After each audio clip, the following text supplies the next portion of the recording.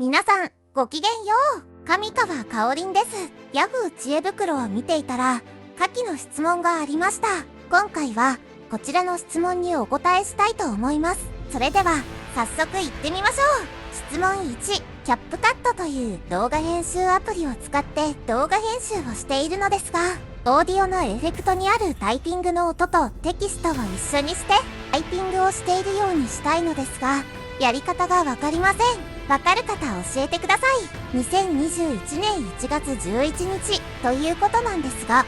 これについては結構いろいろな方が、いろいろなやり方を公開しています。最もリアルなやり方としては、ゼマさんがご紹介しているやり方もありますが、https gute.be 4福陸 4W いかんせん手間がかかってめんどくさいですということで、キャップカットのアニメーションを使ったやり方をご紹介します。1、まずわかりやすいように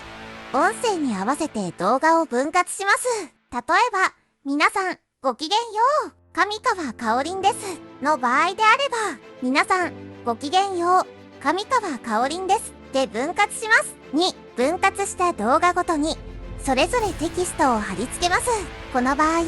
皆さんで1つ、ごきげんようで1つ、上川かおりんですで1つずつテキストを貼り付けます。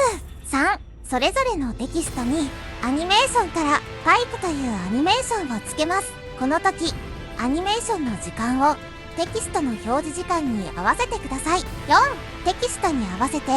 タイプライターの音声を貼り付けます。タイプライターの音声効果音サウンドエフェクト SE はキャップカットのタイプライター音でもいいですし、オトログというサイトからキーボード音で検索しても結構あります。この時、音声の時間とほぼ同じ長さのキーボード音を貼り付けてください。以上で完成となります。キャップカットのアニメーションは結構本格的に応用できるものばかりで素晴らしいですよね。なお同様のアニメーションは買いかけ、線かけ、メイツにもありますが、プロ、ビタ、モーション忍者にはありません。以上です。